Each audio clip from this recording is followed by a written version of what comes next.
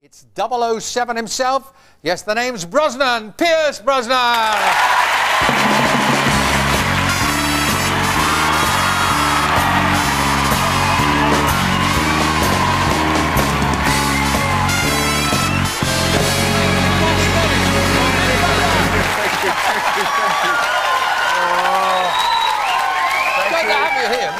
Nice to be here, Des. It's taken me a long time to get here, but I got here. It has taken you a long time. We've asked for you, but always been busy. Now, we'll talk about the new Bond film in a moment, but I want to ask one question first. Go ahead. Piers.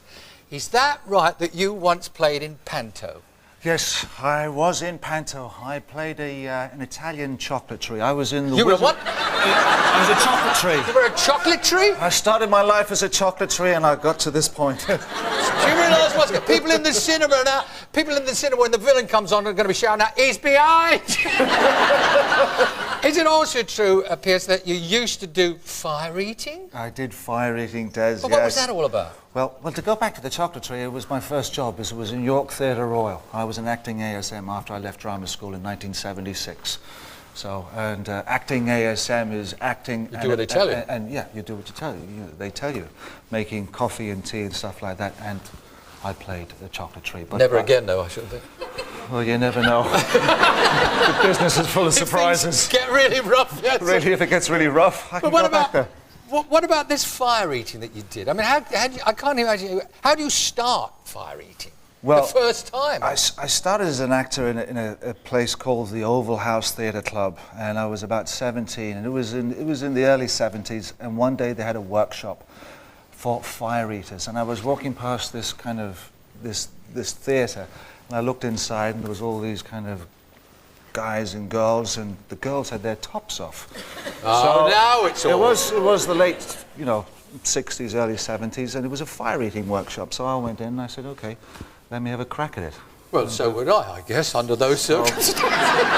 That's how the fire eating came about. Another thing, when you were in rep, is that right that you once appeared naked in a play about rugby football? That's not Rugby the Place, is that Well, yes. Well, this is... it was a great play, actually. It was a very good play. It was played by David Storey. Naked?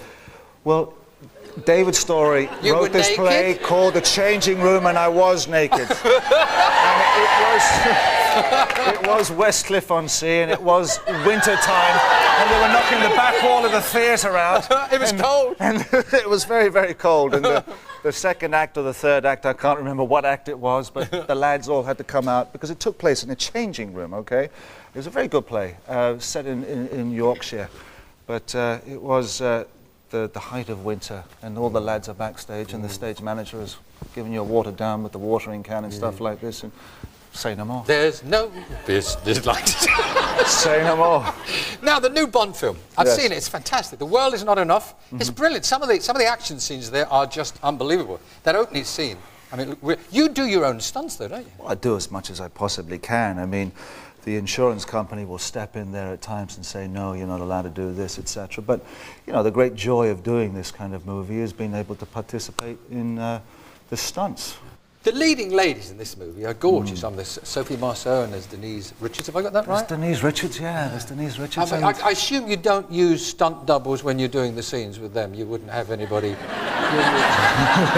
You do that bit yourself, would you? Yeah. Yes. Are you comfortable in scenes like that, romantic stuff? Well, you are up to a point. Which point? Thank you, Des. I gave you that one. Thank you. You did. But they're usually pretty kind of...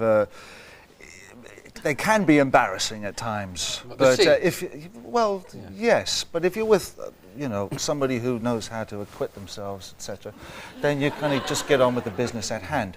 Yes. Another thing, we've always seen the gorgeous girls in the Bond movies. The Bond ladies, am I right here? They seem to be getting, character-wise, they're getting stronger. I mean, like in this one, Dame Judi Dench is playing M. Right. And she's not just sitting behind a desk now, she's out there in the field. Yes. Is this something... She wanted to get out more. She wanted to keep an eye on you, I think. Let me ask you, will there ever be, if the female leads are getting stronger, will there ever be a female James Bond? Oh, and probably there's probably a few of them waiting in the wings. I don't know. I'd be interested what their number would be. 0038, double D 38, Double C, or I don't know. It depends on the letter you like. I mean, there's some fun moments in every Bond movie. Yeah. One that I particularly like here is the X-ray glasses, where you put the glass on and you can see through, and you can see if people are wearing underwear or not. You haven't got a pair. Look at those. Get off. I just want the lady in the front row. I want to have. Oh, there you go. Have a go. Have a look. Have a look. She is. No, that's a lovely scene with the glasses. It's a good one.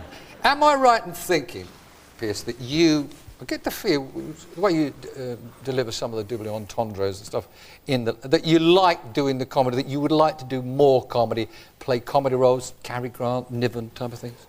Is that what you'd like to do? I would, actually. I mean, I went to America there years ago, it was 18 years ago, to kind of seek fame and fortune and thinking I was going to be in movies. And I got a series called Remington Steele, and it was light, and I loved doing the kind of light comedy. I'd never actually done it. I'd done light comedy on stage, but I'd never done it on film or on TV, and I enjoyed it enormously. And then suddenly life goes on, and you're kind of tagged as the next Cary Grant or the next this and the next that. But I do adore comedy. Right, now, well, I assume, good luck whatever you do, that you won't be doing Panto this year. No. No, I won't be available. I was looking forward to seeing your wishy-washy, but never mind. Will you thank this man, Pierce Brosnan, ladies and gentlemen?